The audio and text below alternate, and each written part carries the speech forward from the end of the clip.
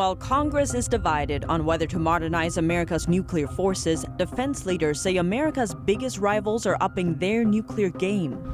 Suspected Chinese hackers have been spying on the U.S. defense industry for months. This, according to a cybersecurity firm. Japan is beefing up its efforts to counter communist China in the South China Sea. A photo is drawing attention online, showing a Japanese warship cruising next to a Chinese aircraft carrier. A Tesla owner protests against the company's quality issues on the first day of the Shanghai Auto Show. Some people say she was trying to defame the car maker and that the Chinese regime is backing her up. And Beijing is lending Sri Lanka $500 million as the country is struggling financially, but the loan may have strings attached. Welcome to China in Focus. I'm Tiffany Meyer. While Congress is fighting over the U.S. defense budget, two Defense Department officials warn about rising nuclear threats. The danger comes from two of America's biggest adversaries. NTD's Juliet Song has more on that. If that fails, the man overseeing America's nuclear forces is giving lawmakers a serious warning. That's as Congress debates whether to stop modernizing America's nuclear weapons. for the first time in our history, the nation is facing two nuclear-capable strategic peer adversaries at the same time. One of those adversaries is China. Richard says the Chinese Communist Party is rapidly expanding and upgrading its nuclear weapons arsenal. They are well ahead of the pace to double their stockpile by the end of the decade. And I further submit that the size of a nation's weapons stockpile by itself is a very crude measure of what they can do with that capability. He says Beijing is now able to deploy nuclear weapons in its own region and will soon be able to reach other continents. I offer for China it is important to look at what they do, not what they say, and where they're going, not where they are. And I have no choice but to view China as a significant strategic threat and share Secretary Austin's assessment that China is the pacing threat for the nation and DoD at large. And China's military threat doesn't stop by land or the sea. It also comes from space. The U.S. Space Commander-in-Chief says right now China has more than 400 satellites in orbit. China is building military space capabilities rapidly, including sensing and communication systems and numerous anti-satellite weapons. All the while, China continues to maintain their public stance against the weaponization of space. On top of that, the Defense Department official says Russia also remains a pacing nuclear threat.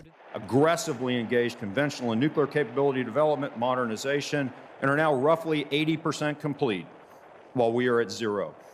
It is easier to describe what they're not modernizing, nothing, than what they are, which is pretty much everything. Item 133, first stage ignition, 2 missiles.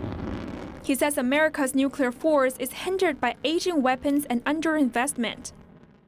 A nation simply cannot attempt to indefinitely life extend leftover Cold War weapon systems and successfully carry out the assigned strategy. The Defense Department says maintaining a powerful and advanced nuclear arsenal is critical for America's national security. And it comes with an expensive price tag. Modernizing America's nuclear forces could cost $1.7 trillion over the next 30 years. Some Democrat lawmakers are urging the Biden administration to cut the funding, but they've received strong pushback from Republicans. It remains to be seen how the spending battle will turn out. The Biden administration is currently reviewing nuclear strategies and is set to present a full defense budget this spring. Juliet Song, NTD News. A cybersecurity firm says Chinese hackers have been spying on the U.S. defense industry for months. But we don't know which agencies or groups they breached. NTD's Patrick Hayden takes a look. Researchers say that at least two groups of China-linked hackers have spent months spying on the U.S. defense industry. A previously undisclosed vulnerability in American virtual private networking devices was used by the hackers. Utah-based IT company Avanti issued a statement on Tuesday confirming the vulnerability and says that a very limited number of customers were targeted. These were customers that used Avanti's Pulse Connect secure suite. At the same time as Avanti's announcement, cybersecurity firm FireEye released a statement. It said it suspected that at least one of the hacking groups was operating on behalf of the Chinese government. The president of an arm of FireEye, Mandiant, says the hackers were operating from US digital infrastructure. They have been borrowing naming conventions of their victims to camouflage their activity. A Chinese embassy spokesperson says China firmly opposes and cracks down on cyber attacks and says FireEye's allegations are irresponsible and ill-intended. Patrick Hayden, NTD News. The U.S. National Security Agency declined to comment on this issue. For years, American officials have blamed Chinese state-backed hackers for a number of digital attacks, from theft of American military secrets to research data. Back in 2020, cybersecurity company FireEye sounded the alarm about a Chinese hack targeting devices made by 2 U.S. tech companies. The attackers infiltrated a number of companies' computer systems in the attempt. FireEye has called the breach one of the biggest cyber attacks by a Chinese hacker it's seen in years. The Chinese Communist Party's latest comments are sparking scrutiny, dishing out an apparent jab toward the West. Chinese leader Xi Jinping spoke Tuesday at an international forum held in China. In his speech, Xi claimed that China and its eastern allies cannot allow a handful of countries to set the pace for the entire world or impose rules on other countries. His comments came during the Boao Forum, China's equivalent of the Davos Forum. The non-profit was started by 25 Asian nations in Australia and aims to prop up economies in the Asia-Pacific region. Though Xi didn't name any specific country in his remarks, it seems clear that he was pointing to the U.S. and its allies. That's as the West continues to condemn Beijing for its suppression and human rights abuse in Hong Kong and Xinjiang, among other issues. Xi's comments drew scrutiny given the communist regime's aggression towards its neighbors. While speaking, the Chinese leader also claimed that the world needs justice, not people who boss around and bully others, something he said China would never do. This remark immediately drew backlash on Twitter. A U.S.-based Uyghur activist tweeted in response, writing, "Yes, we need justice. We need China's leaders, including Xi Jinping, to be prosecuted by the International Criminal Court for directing the genocide of Uyghurs and other Turkic peoples in occupied East Turkestan." East Turkestan is what members of the Uyghur ethnic minority call China's Xinjiang region. UN experts say at least 1 million Uyghurs have been detained inside internment camps in Xinjiang. Witnesses say the communist regime has also tortured and forcibly sterilized a number of Uyghurs. Taiwan-based newspaper Liberty Times says Communist China's actions contradict Xi's statement. Since last year, tensions between China and many of its neighbors have been rising dramatically.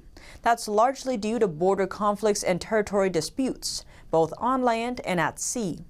China has claimed nearly the entire South China Sea as its own territory and has drawn what's called the 9-dash line to designate its claim.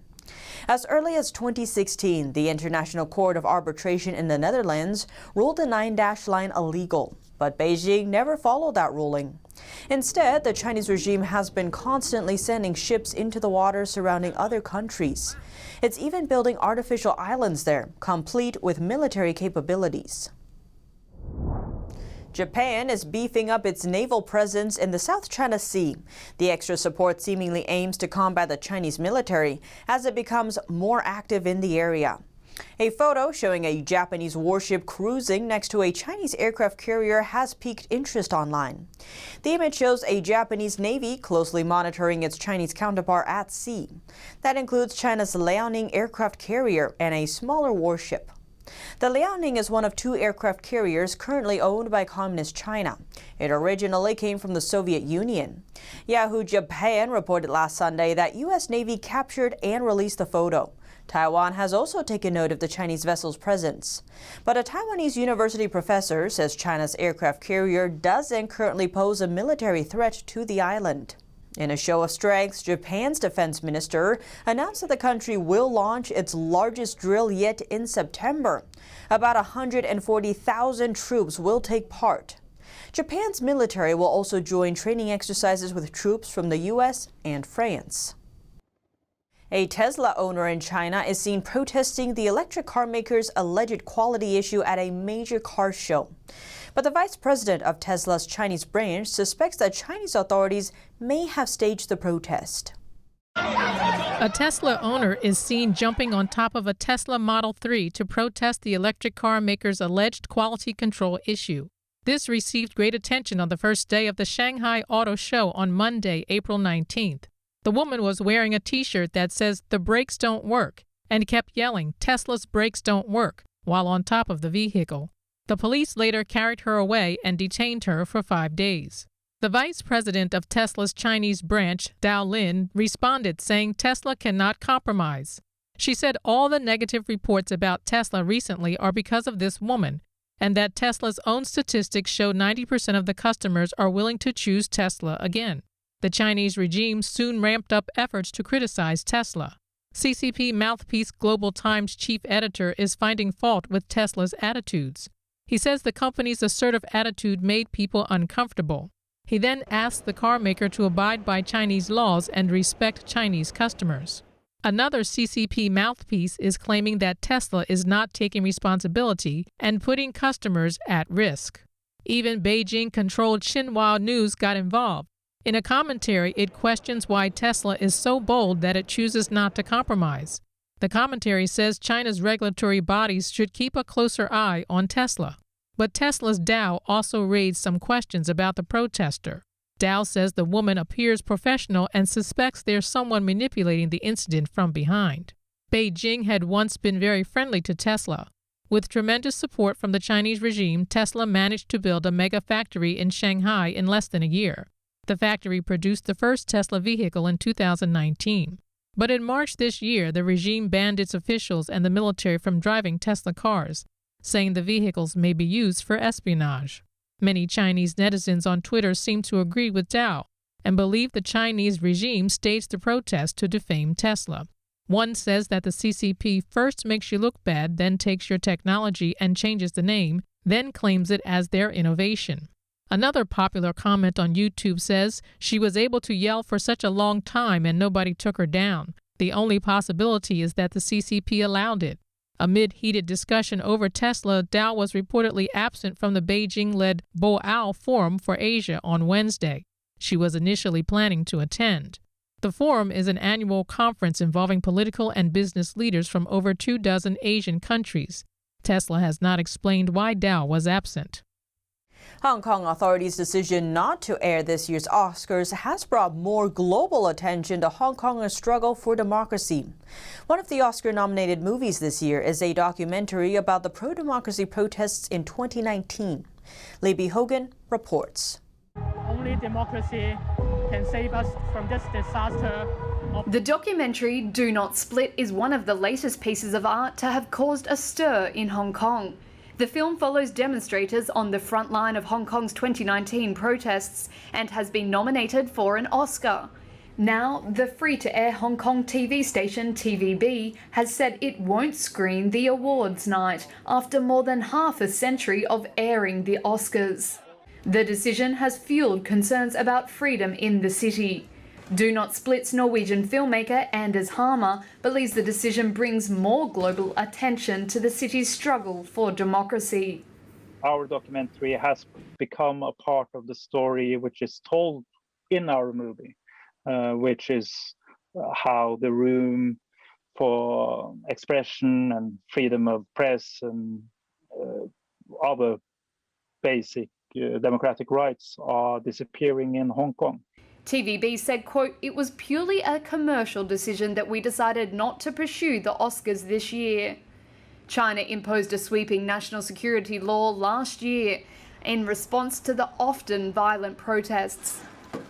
Beijing has defended the need for the law, saying it was necessary to restore order. Western governments and rights groups say the law has crushed freedoms in the city. Many activists, including US-based Joey Su, who appears in the documentary, have fled the city to continue their advocacy. I mean, obviously, Do Not Split being nominated for Oscars is going to be a very encouraging and motivating news for the people in Hong Kong who are still trying so hard to sustain the movement. So in that sense, I would say it is not shocking or surprising for me that the Hong Kong government or the pro-Beijing telebroadcasting companies decided not to show that. Scrutiny over arts, media and culture has intensified in recent months. Cinemas pulled a local protest documentary, a press photography exhibition was banned, and a new art museum closed to allow the police's new national security unit to vet its collection. What can the U.S. Congress do to help Hong Kongers resist Beijing's crackdown? Exiled Hong Kong lawmakers and activists share their thoughts with U.S. Congress members and the Defense Forum Foundation. NTD's Allison Lee has the details. Exiled former Hong Kong lawmaker Ted Hui tells the U.S. Congress sanctions against Beijing and Hong Kong officials are very efficient in helping Hong Kongers resist Beijing's crackdown. First thing that I would say that is to strengthen the sanctions and to widen the sanctions as well, because the Hong Kong Human Rights and Democracy Act is powerful. It is something that's influencing behavior of high officials in Hong Kong. But speaking at a Congressional Defense and Foreign Policy Forum Tuesday, Hui also says the number of sanctioned officials is limited. Exiled Hong Kong student democracy activist Joey Siu agrees. She adds, in addition to sanctioning officials, the U.S. should also consider sanctioning entities that have helped the Chinese Communist Party, or CCP. Especially financial institutions which have been involved or have been contributing to the human rights atrocities committed by the Chinese Communist Party. For example, HSBC, which has frozen TED and also the other pro-democracy stakeholders' accounts. Siu points out the CCP has been successful at co-opting the business community in Hong Kong and using red capital and state-owned enterprises to further infiltrate local economies. But she also adds it's not just Chinese and Hong Kong companies that have become subservient to Beijing. We are also seeing our own companies have been kowtowing to Beijing. We have been sacrificing our human rights values in exchange of the very great and also very attractive economic benefits from the Chinese Communist Party. So it would also for us to highlight and also to stress on the importance of responsibilities of our own companies. Siu says she believes the U.S. can regulate those corporations and their cooperation with Beijing and Chinese state-owned companies. She says she is pleased about the introduction of the Bipartisan Strategic Competition Act of 2021 earlier this month. Last week, 2 senators introduced a bipartisan bill aimed at fighting back against Beijing's unfair trade practices. And just Monday, the House overwhelmingly passed a resolution condemning Beijing's suppression of freedoms in Hong Kong. Reporting by Allison Lee, NTD News. A YouTuber known for criticizing Beijing is missing. That's after he traveled to China last month from the United States. Zhou Qiang is the host of Chinese-language YouTube talk show Zhou Kan. He's been missing since March 20th. The talk show has more than 65,000 subscribers and is operated by a company called Alliance Cultural Media, or ACM. Zhou often touched on sensitive topics like the initial outbreak of the CCP or Chinese Communist Party virus in Wuhan. He's also covered Hong Kong's pro-democracy protests and content related to CCP leader Xi Jinping, and no one could reach him. The Epoch Times reached out to the founder of ACM asking about the most likely cause for Zhou's disappearance. The only information given was that Zhou's absence was because of personal reasons. ACM's founder said he had tried a few different tactics for finding Zhou, but without success. Spain-based Chinese YouTuber Uncle Talkative speculates that Zhou is 99.9% likely to be in the CCP's hands. He says the assumption is based on his decades-long knowledge of communist China. The Chinese Communist Party continues to take internet censorship, surveillance, and propaganda to unprecedented levels. That's one of the conclusions from the newest report released by Reporters Without Borders. NTD's David Vives has more. A virus of disinformation is taking over Asia, and China's largely to blame. That's according to the Reporters Without Borders annual report released on Tuesday. The NGO says the Chinese Communist Party's state propaganda has scaled up to unprecedented levels following the virus crisis. The whole Asian continent is being contaminated by the virus of media censorship and of media surveillance. This is very, very dangerous. With the exception of Taiwan, Japan, South Korea, and Mongolia, RSF says all countries in the Asian region face not only a pressure to change their narratives on the virus, but are being provided help to censor their own journalists. The Chinese regime is providing draft regulations, is providing some surveillance material, is providing some financial assistance for these authoritarian governments to better control the media. Olviani says countries that were engaged with democracies 20 years ago are now forming more partnerships with the CCP. This follows Beijing's investments in Asia.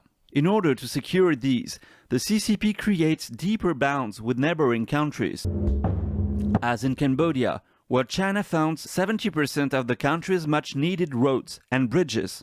The NGO director says true democracies should use their momentum to defend against the dictatorship's propaganda and set examples of how to face CCP interference. David Vives, NTD News, Paris. The Chinese regime might be tightening its strategic grip on Sri Lanka. It has just given the South Asian country a $500 million loan. Many believe the CCP is using loans to make countries indebted to the Chinese regime. They point to the regime's controversial Belt and Road Initiative as an example. The $500 million loan may not be without strings. As per Japanese media Nikkei News, it is believed that in exchange for the loan, Sri Lanka will give the Chinese regime sweeping control over a planned financial hub next to Sri Lanka's largest city and largest port. It's also speculated that in exchange for the loan, Sri Lanka will keep the 99-year lease of its second largest port to Beijing. This new round of lending comes as Sri Lanka struggles financially amid the pandemic. The $500 million loan is the second part of a larger sum. Last year, after the pandemic struck, Sri Lanka negotiated to borrow a total of $1 billion from Beijing. In the past 2 decades, the Chinese regime has launched a lending wave across the globe. It gave multi-billion-dollar loans mainly to developing countries in Asia and Africa, but also to Australia and some European countries. Many see this as the CCP's way of expanding its influence in the world. Some of the borrowing countries have to lease their ports, mines, and other precious resources to Communist China if they fail to repay the loans on time. A Chinese man in his 70s lost his house and store within just 2 hours. Chinese authorities tricked him out of his house and forcibly demolished both his home and store. NTD's Shanghai has more. 72-year-old Yang Wengang in southwest China's Chongqing region is now homeless.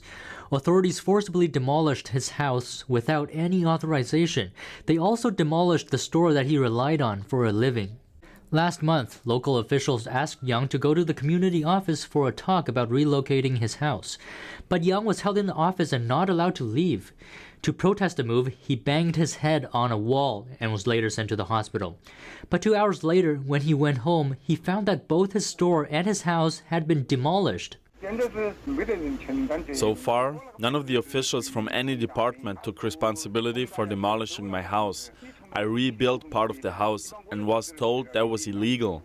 It might be legal for them to demolish the newly built part, but it is illegal to demolish my entire house. Yang tells the Chinese language edition of the Epoch Times that he receives no pension benefits. All he relied on for a living was the rent he received from leasing his store. Yang's house and store were built some 30 years ago.